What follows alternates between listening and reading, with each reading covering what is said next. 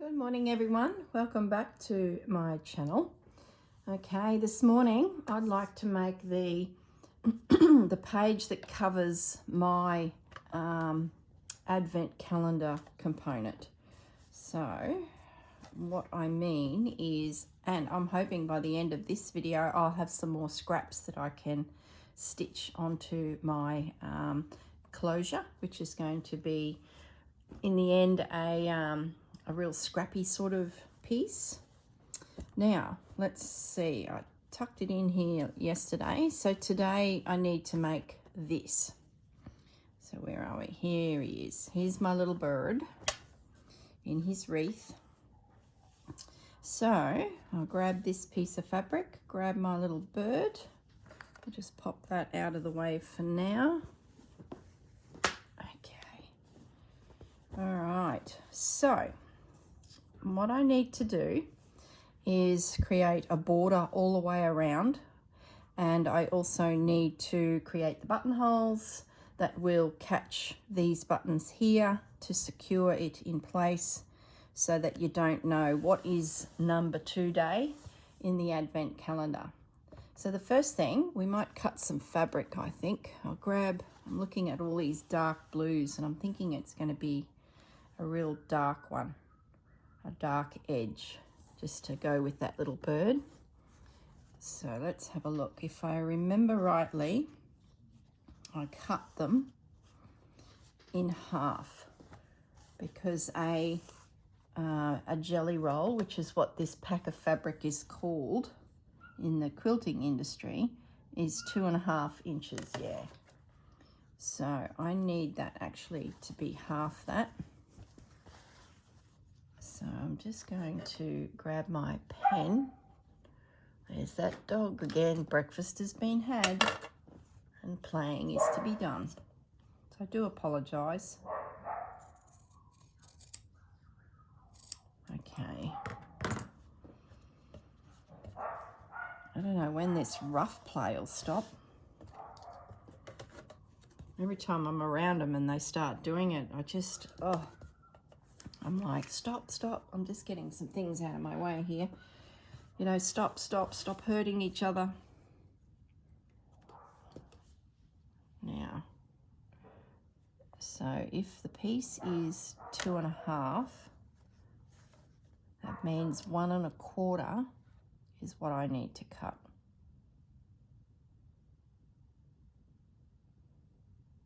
So I'm just lining 1.25 up with the edge of my ruler to the edge of the fabric.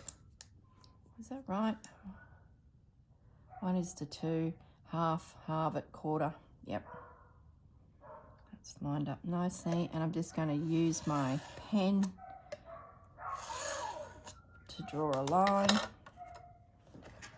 Now I do have a rotary blade cutter, but it has a little nick out of it. Somehow I've collected a pin and taken a little nick out of it, so it's just a pain to use now. I really need to grab another blade.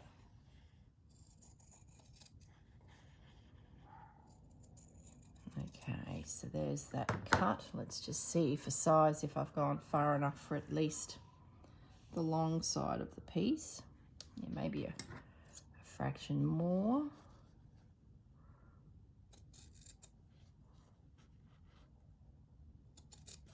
Which will give me a couple little scraps. So that one will be used another time. So I've got one side and that'll be folded over and stitched into position. So let's get rid of that blue. Looks like there's a scrap here from last time. Wonder if that will, paisley little one again. Yeah, that'll work. Any others in here? No. Oh, that puppy dog. I'm sort of not digging that paisley. It's paisley on paisley, so I might save that for another day. This spot would be good.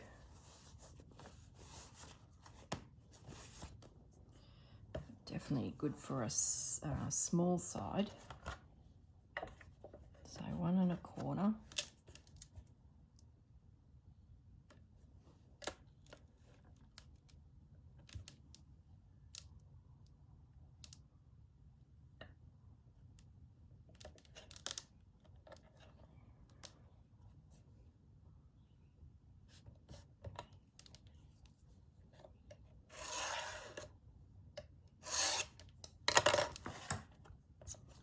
not as straight as it could be.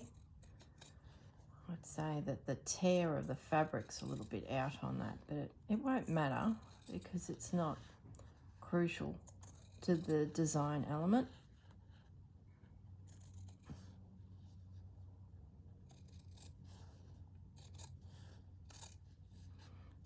Okay, stripe number 2, that's going to go on that side.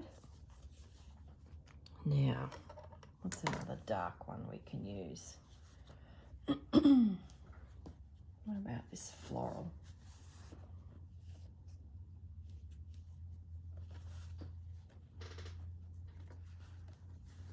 Oh, they get in such a mess.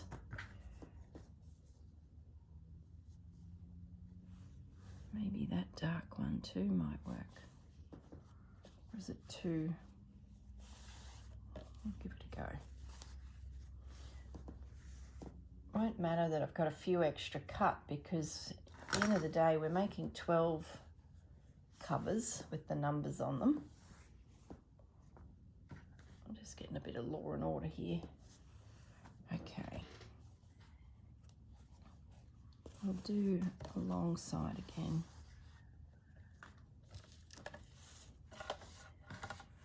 So once again, line my fabric up at 1 1/4.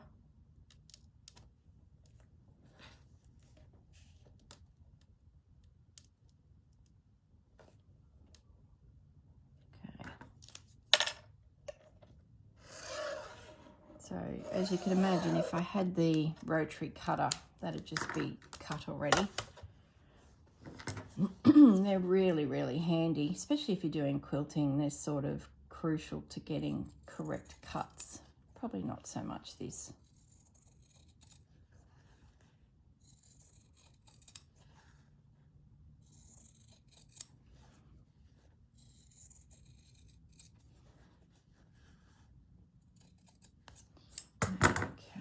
See if we've got enough length.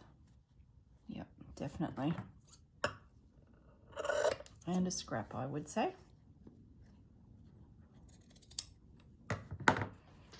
All right, so that's the other long side done. Now we'll do this one.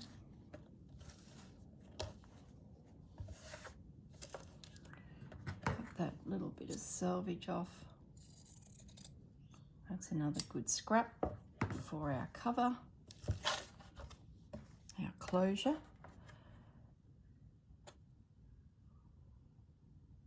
Hope everyone's having a lovely day. Oops, that's nearly wrong. Best I don't chat while I measure. I have form, as in cutting wrong. Stitching's easy, you can chat away and stitch. But cutting fabric. Now I should hop up and go to my iron and press these in half. That'll help me get that fold. But I'll have a little play first and see if that's well and truly good to go. Okay, and we won't need that one. So put my ruler away. Well, I've got a hard surface here. Oh, I did snip that with the selvage. Oh, it'll just be hidden in that fold there. See that there? Little error. But it should be hidden by the piece coming up that side. So I'm just going to run my fingers along the edge of the fabric to get my fold. Like I said, I should really hop up and iron that flat. But I think this will be enough to at least get it on, and I can always pin it and then iron it and it'll sit really well. Okay, so now it's just a case of laying it on that edge, spin it around, get some pins.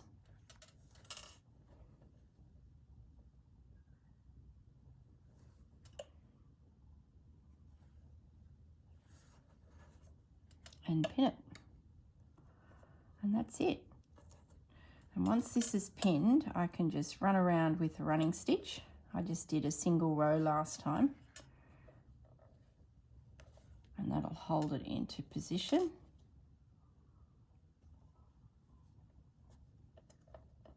And then it's a case of cutting the little holes needed for the buttonholes. So let's grab a blue next. Oops, need to fold it in half, finger press it.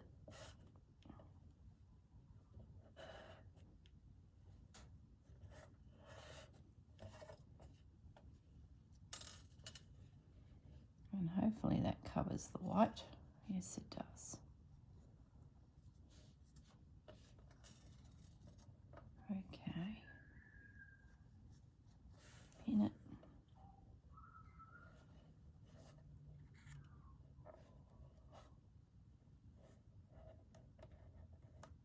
Oops.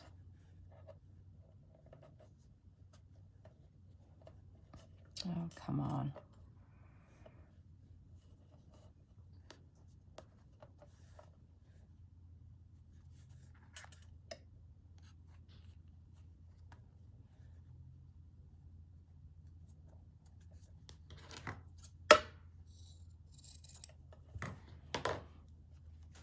Okay, number 3.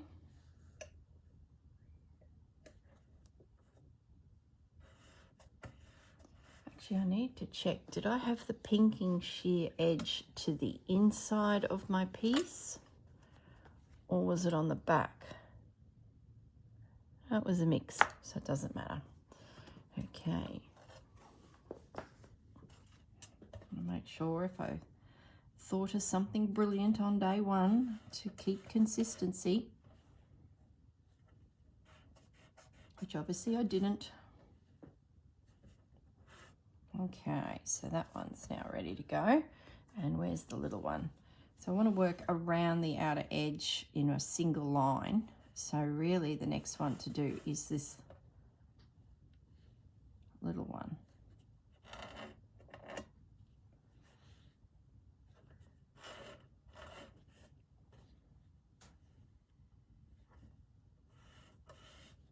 Or do I want the paisley to be the short edge? Let's have a little look at the colours.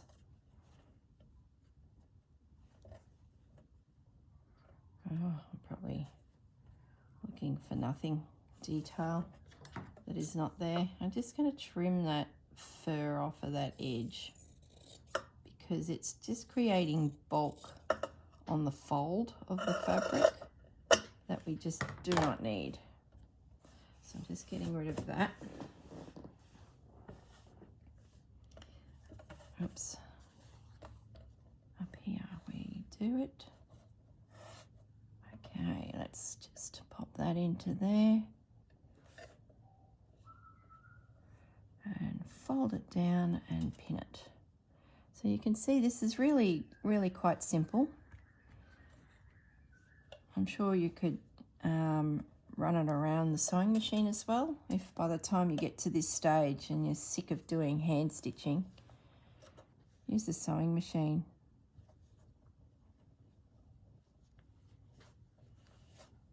Okay, I'm going to trim that bit.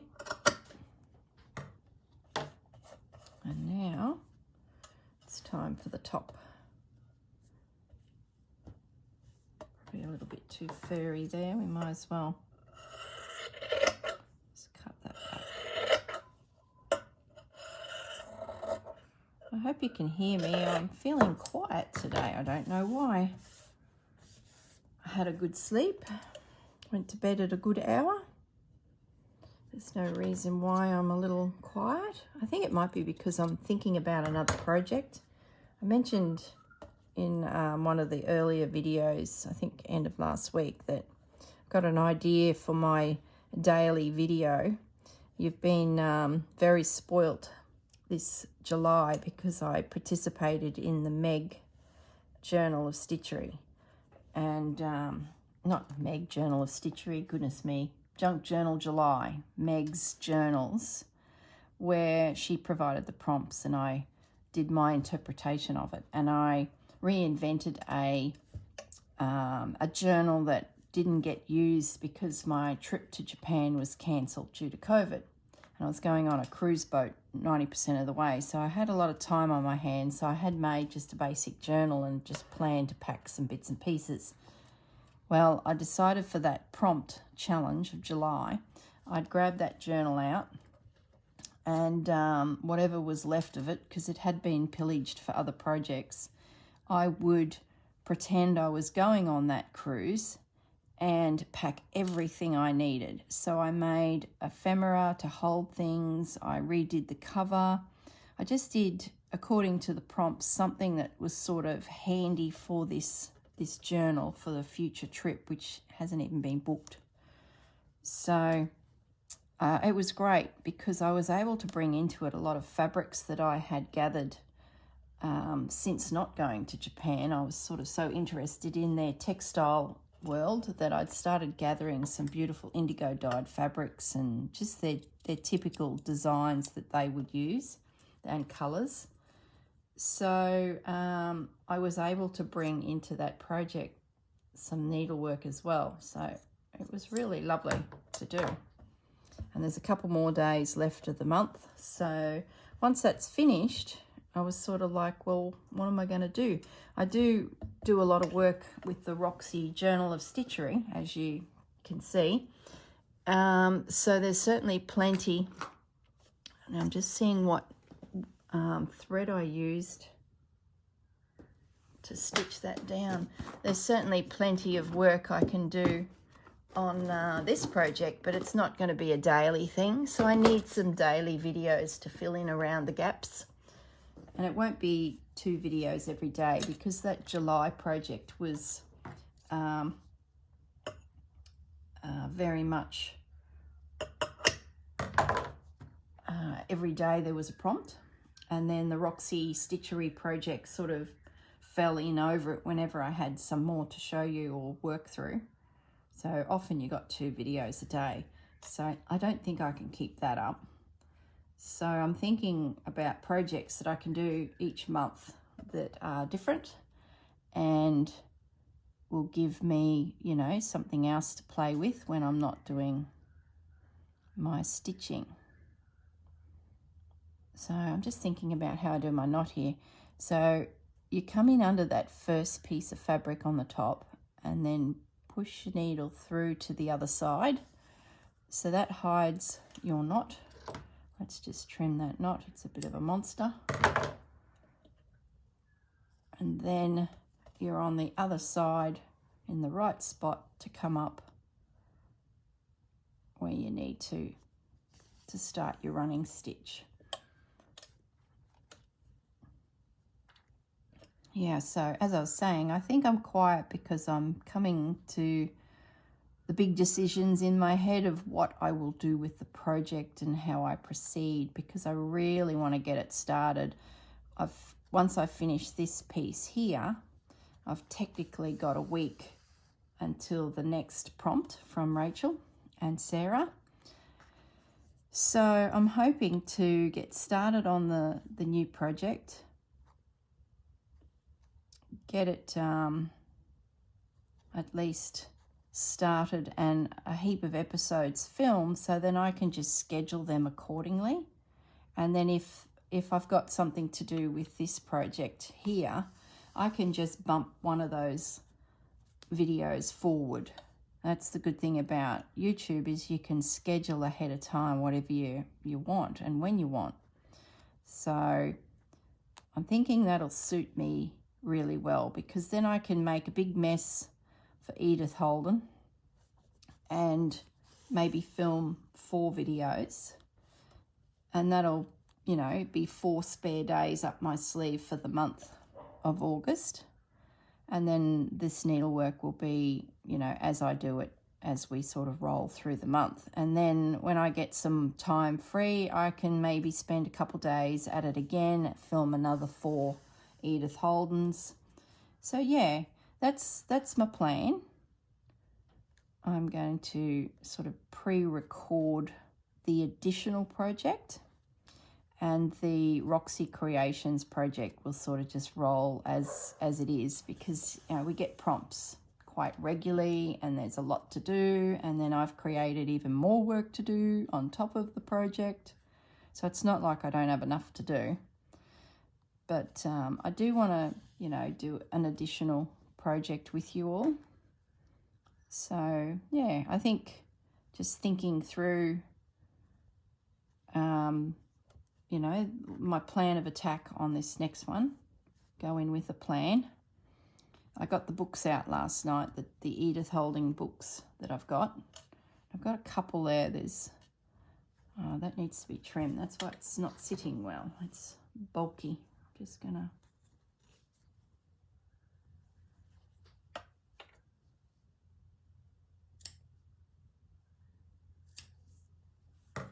Okay. So if you're interested in Edith Holding and her story and her publications, follow along, because my plan is to pull one of those books down and use as much as possible, if not every single page in the book, to make something. And it'll definitely be a journal, or 2 or 3. I have a feeling it'll be quite a few journals, so it'll be a bit of a mass production thing as well, which will be a lot of fun. Okay, so now I can knot that off in there. And I was thinking about the covers. I really want to make it look like field notebook. Like, she was in her own right, she was really a botanist. Like, she did a lot of exploring and documenting what was happening around her in her world of nature. So I sort of want to make it feel like a field notebook. And I want to bring stitchery into it, because I can't help myself. So I haven't even got to the fabric department yet of what sort of suits the colours of those books. So that's what I'm thinking about, the cover. And I think once I get the cover nutted out, the rest will follow, because making the ephemera, that's the easy bit. There's so many things we can do with the ephemera. That's just, simple. But what is the trick is getting, I believe, the cover of your journal right, so that it sets the tone for the rest of your journal. So I'm tossing up doing some stitchery on the cover, but then I need to make it feel like it's a field journal. It's not a crisp new piece of embroidery that I'm creating like I am here, fresh and new. So that opens up a whole can of worms of how to make your stitchery appear old, which is a lot of fun. Oh, look, I've just pulled the pin off that, the top off that pin. Goodness me. So that's what I'm thinking about. Do I make it a wrap? Do I make it? I can't do a travel note size, a TN, because the papers in those novels, the pages are too big, and you would have to cut them down too much. So it has to be a fairly big novel, journal, which is okay, because, if I was a botanist and I was wanting to diarise and sketch, plants and animals that I'm seeing as I'm traipsing through the English countryside, I'd want a decent space to sort of write and sketch on, just me. So I don't mind that it'll probably be a bit bigger than the average journal. So then it comes to, how do I make the cover? Do I do a soft cover? Do I do a hard cover? You see what I mean? So I was hoping to start filming, you know, by this weekend. But I don't know, I'm still thinking. I'm sure it'll all come.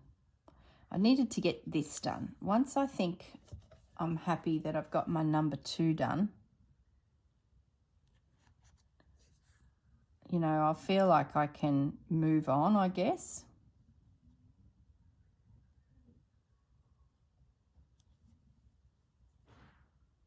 Silly, isn't it? But I'm one of those people that I can't really go too far onto a new project until I finish the last, because it just bugs me. It feels like it's, you know, half done. Mind you, I can have probably 4 projects half done without getting too stressed. But any more than that, and I'm like, woo, woo, woo, you're getting ahead of yourself.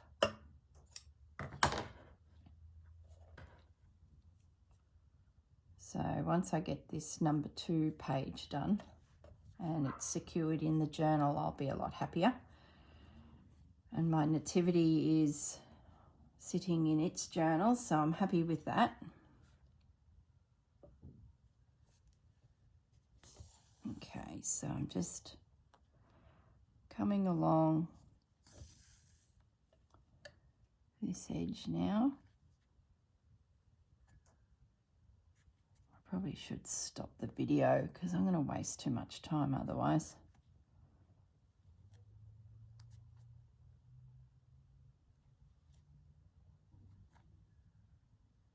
Yeah, I better, because I've got to do the number 2. I've already chewed up half an hour doing that. Okay, now where's my little piece? What I'm going to do next is line up the cover on top of the bird.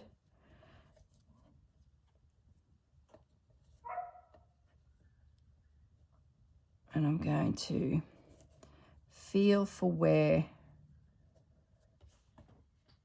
these buttons are and draw, there they are, draw a line which will show me where I need to make my buttonhole.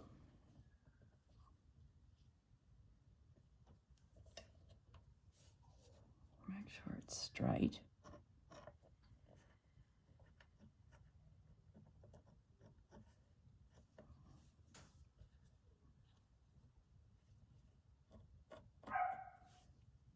Oh, that bandit gets so excited. So I'm just using my fingers to find where my buttonhole is.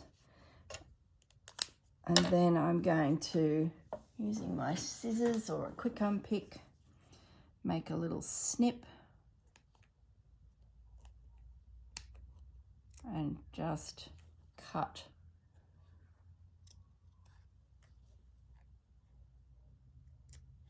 And then using my cotton from the sewing machine, where is it? There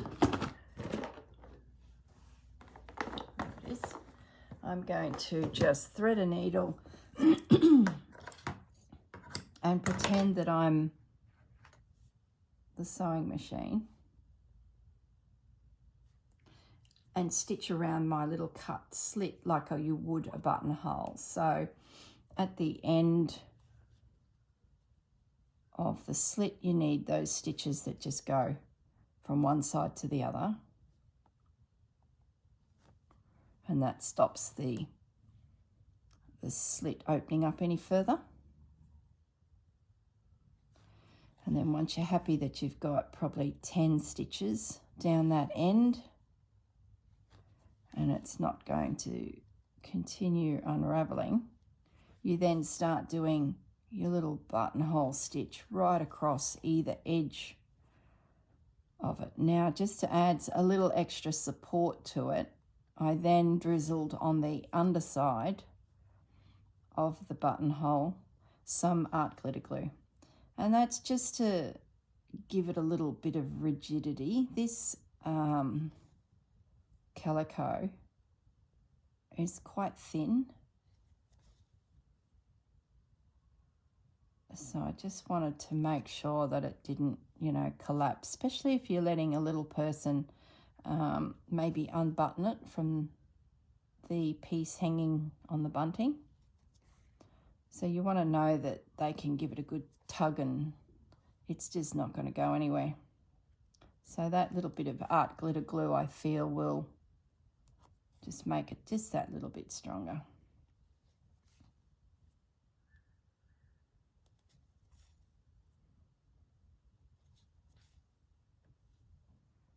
Okay.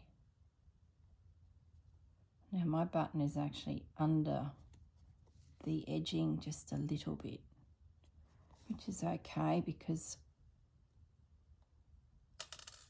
I will be able to maneuver the button so that it sits on top of that stripping, but yet can still get its entry point through the buttonhole. So that's all I do with the buttonholes. Now I'll come back around, and once again, you could do this on your sewing machine. I'm just making it more difficult for myself by hand sewing a buttonhole, which I haven't done since school. When they make you do it, then they show you how the sewing machine does it, and you're forever grateful that you have a sewing machine in your life. But for those days when there was no sewing machine, or you didn't have access to one, this is how you would have to do it. So just for a little bit of extra fun. Oh, now my needles come unthreaded.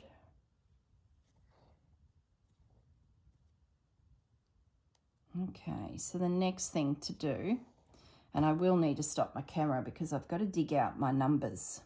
They are in one of my little cases. Find my number 2. I will trace my number 2. I will cut it out.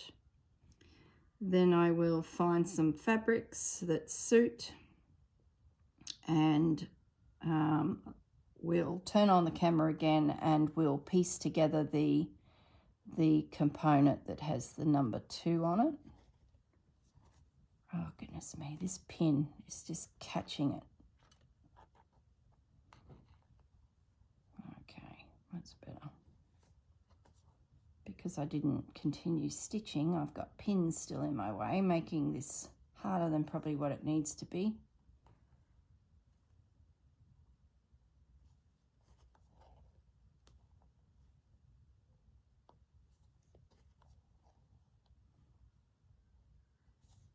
Okay, coming along that final side, nice and secure, and like I said, I'll flip it over and just add a little line of art glitter glue. Let it soak into the fibres. It'll help with fraying if anything.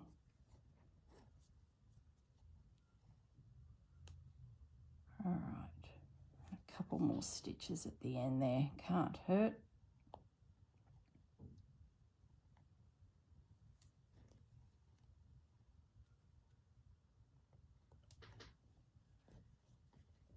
One buttonhole the old-fashioned way.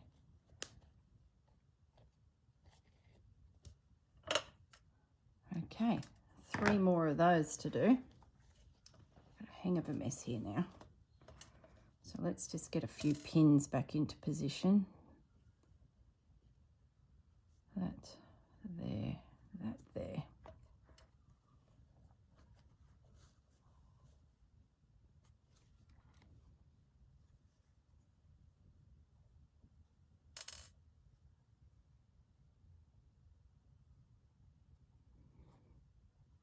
Come on.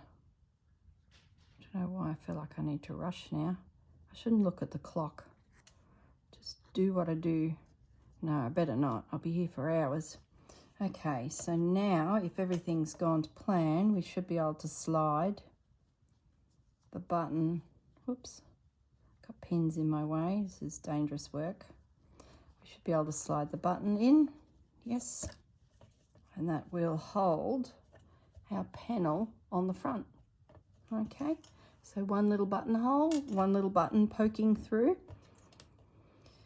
All right, so what I will do is I'll stop the video here. I'll finish this part of it. I'll then find myself a piece of calico that will do this section. This is on a separate piece, and then gather what I need to do my number 2. So I will be back in 1 second. See you all soon. Bye. Hello, I'm back. Okay, so I have finished my buttonholes. The buttons have been popped through, so my piece is underneath, and I've stitched around the perimeter. So that's pretty much completed and ready. I've then gone and torn a piece of background fabric here, my calico, and that is going to sit there. Now, just glancing at the number 1 that I did, there'll be a blue line of stitching go around that outer edge, just a running stitch. So I might just draw in with my red pen now that border, like so. And now it's about creating a design on the front here to complete my little number 2. So that will be a blue thread going around that edge, just a running stitch. Can't see the line. So I've dug out my numbers, which I just got off the internet. I just typed in 1 to 0 free template. I think I typed it, here we go, number template free, and there were heaps. So I just clicked on it, pasted it over to Word, enlarged it slightly so that I got full benefit of the size. And now just some baking paper straight over the 2, traced it, and now I've got my little 2 just in pencil. So of course, if you were using a fabric that you could see through, mine's dark blue, so you can't, you wouldn't need to do this step. You could just pop your fabric straight onto your template and just draw around and cut it out. So I'll just finish cutting this too. I chose my background blue fabric. I went straight to that paisley. I'm feeling very paisley today, but I think it'll be too busy. It'll be, you know, a big lump of paisley sitting there like that, and it'll be very hard to do something on that unless it was very cream. Like, for example, if all my snippets I then added were that would work, which I could do in the future. But I ended up choosing this one. And there's my number 2. So what fabric will we use for him? Might go a paler one. Maybe something a little brownish. I think the red box of fabrics out of that pack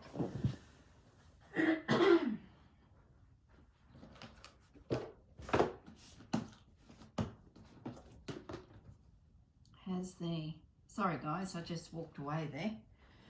I'm just grabbing the little cluster of beigey fabrics because I think I want to make my number, I think that's the actual holly that we used on the wreath. Yeah, so that's what I'm going to use. Let's get that one out. And that's going to be my number 2. So I'm just going to lay him on there, snip that off.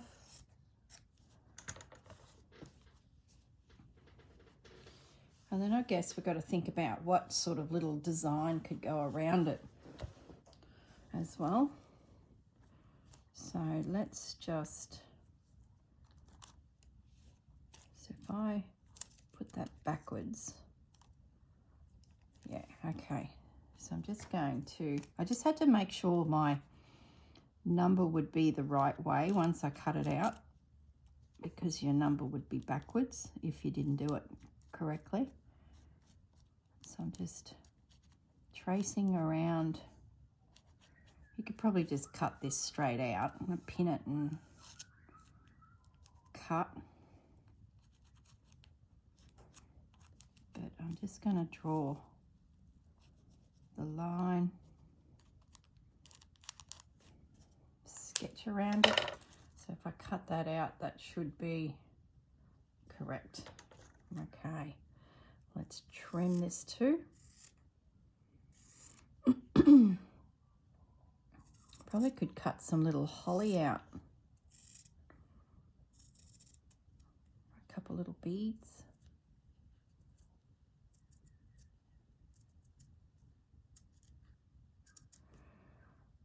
I wonder, like, how elaborate do we make it? This slow stitch, when does it ever end?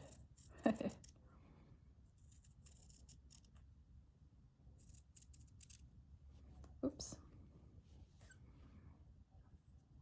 Now all I did with the numeral in the way of stitching is just a single running stitch through the center of the number.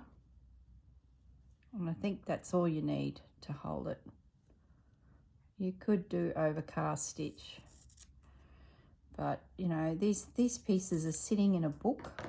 They're going to come out for a brief time and then back into a book. So it's not like they're being touched all the time like a pillow. I just feel like that's a little bit too long. I'm just going to snip a little bit off.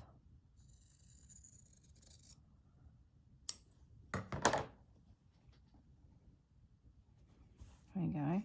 Now the number 2. Pull that down just a fraction to give my 2 a bit of room at the top there to peek over. Okay, so now to do something decorative. What scraps have we got? Got this little bit of selvage sitting here from the edge of that fabric over here. It's just layering on some little bits and pieces. Where's my wreath? Let's have a little look at what I used in it before I head off in a different direction. Spin that around. Okay, so there was a fair bit of lace again. If I could get some of that lace and those little flowers, that'd be cute. Hang on one moment. Oh, I think it is in that basket just there. I have such a mess on my desk. I've got red happening, I've got blue happening. Gosh, and I'm going to add Edith Holding to it. Goodness me. I'm not going to say I need another desk because that's just getting out of hand. So that little flower was on the leaf, on the shoulder of the little bird. So I'm definitely going to incorporate one of them. We had a little bit of this cheesecloth, so let's just snip a bit of that off. I will need to go to my, I keep picking this up, but that was on Mary's outfit. That's not this one. So let's have a look at my box of tricks. Now I'm running all over the room, picking up bits. Now in here should be a bit of that. Let me just have another little glance. Here, it's this collar. And there was a bit of fibre. Maybe we can incorporate that. And we're going to have to put some beads in. See how this just gets out of hand? So we could do with a little bit of eyelash yarn. We could do a little bit of that. Oh, I like that. That piece there. Is it too big? No. It's never too big. It's probably too big. Let's just snip that off. If I don't use it all, I will use it somewhere. Okay, so let's lay down that. Let's anchor that with a bit of this blue. Let's get our number 2 in position. Oh, I'm liking that. And our little bit of cheese cloth. I feel like I need something else. And I'm looking for scraps. I can't find scraps. Oh, here we go. Here's a scrap.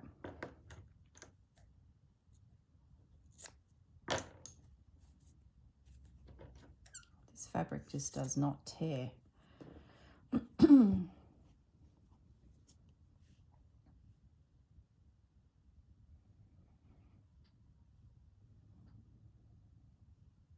What am I trying to achieve here? Goodness me. Am I going down there with that? No. I think what's bothering me is that leaf is missing. If that was 3 leaves, I could do it. But if I can disguise the fact that the leaf is missing, but then it sort of looks a bit odd that you've got this blue band across the top of it. No, leave it.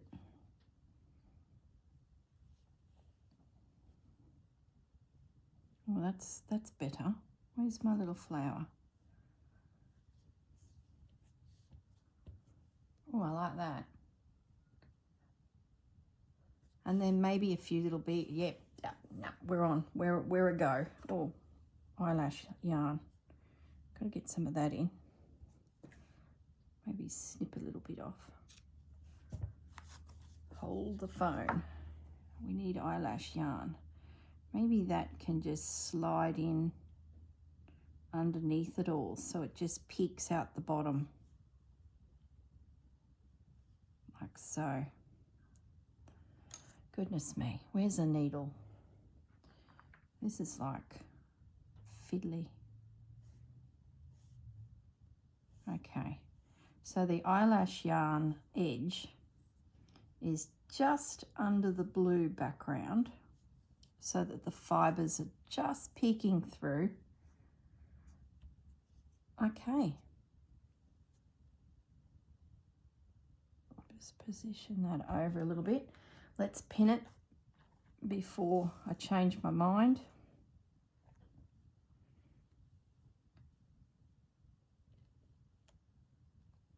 And then I can stitch it down using the cream and the blue threads that I've used on the previous one.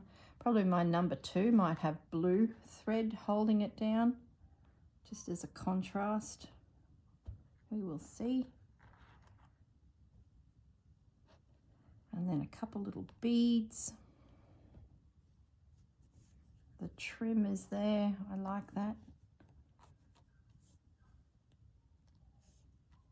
Okay, all right, so let's do a white stitch right through there. That will catch the flower, the cheesecloth. I had thread already cut, it's all right.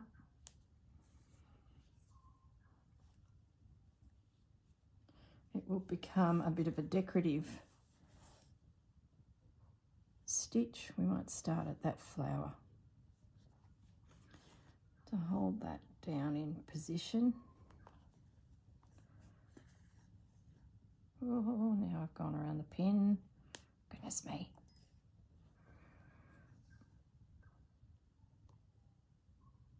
Oh, I'm like this one. This has come together really well. So I'm not putting a lot of detail on the front of the number pages, but if it can have a hint of the elements that I used in the piece underneath, I think that'll be really sweet. I could have probably done a holly, and I had thought of doing that, but I think I like that lace too much not to just make a feature of the lace, and it's on the little bird's wing. So I think this will be more than enough without making it too, you know, over the top. Oh, that's crooked.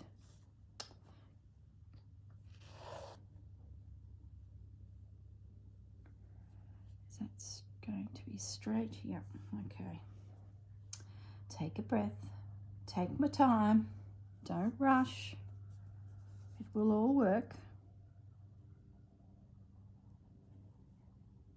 Okay, that's better. Get this eyelash yarn out of the way for now. All right. And away we go. That's secure, and it might continue this white stitch line into the background just a little bit. It'll add a nice little detail if it goes past where I'm working. Okay. I might just take it back one stitch. Just pull that out from underneath. And from there, I should be able to just drop down.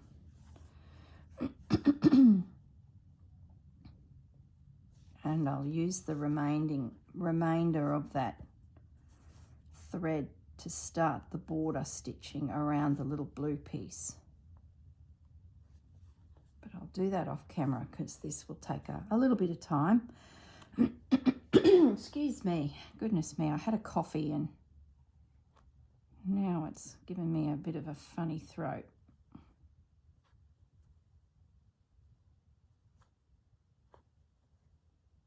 Okay. So that will go up and around and secure the blue piece.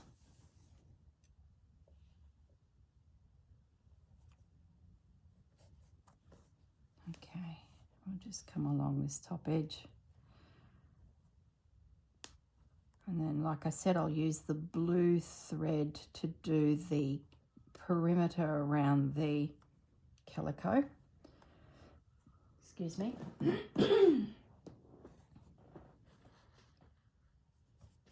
That looks good. I'll have to come back and drop a few little stitches over that lace just to secure it. Might be able to catch it there without being too obvious that I'm using the wrong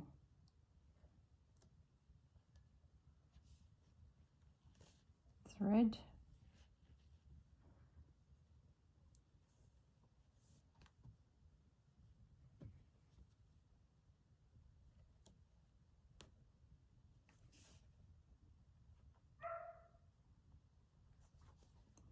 Okay. And I might just lift up that 2 out of my way and carry on along this edge, and then lay the 2 back down.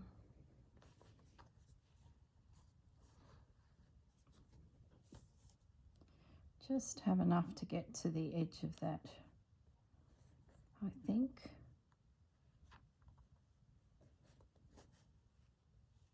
Yep. I'll just end that off. Okay, so that gives you the impression of what's going to happen around the perimeter anyway. Okay, so there'll be a little bit of invisible stitch happening as well to hold down the lace, hold down a little bit more of that cheesecloth. I just want to do the 2, so I need my blue thread, which is where? You'd think it'd be in the blue basket. No, it's not. It's with the beads. So this thread here, gosh, we're getting time poor. This thread here I'm going to use to secure my number 2. And then I will add a few beads, just finish stitching it all down. But as you can see, it's come together quite easily. These little number panels are just a little snippet of everything that you've been using.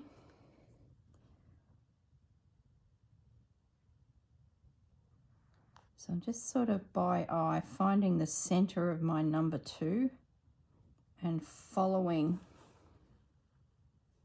the shape of him.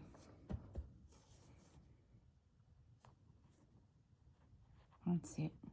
I did see at Spotlight they had numbers as well, but they were really expensive. Like if you were wanting to stitch them on the shoulder, say of a kid's jersey for sport. So that is an option, but by all means, I think this is more than enough. And I think it looks quite natural to the piece as well. You're not bringing in a new element that doesn't quite suit what you're doing. So I can't see why we can't just cut our own numbers. Yep, that's good.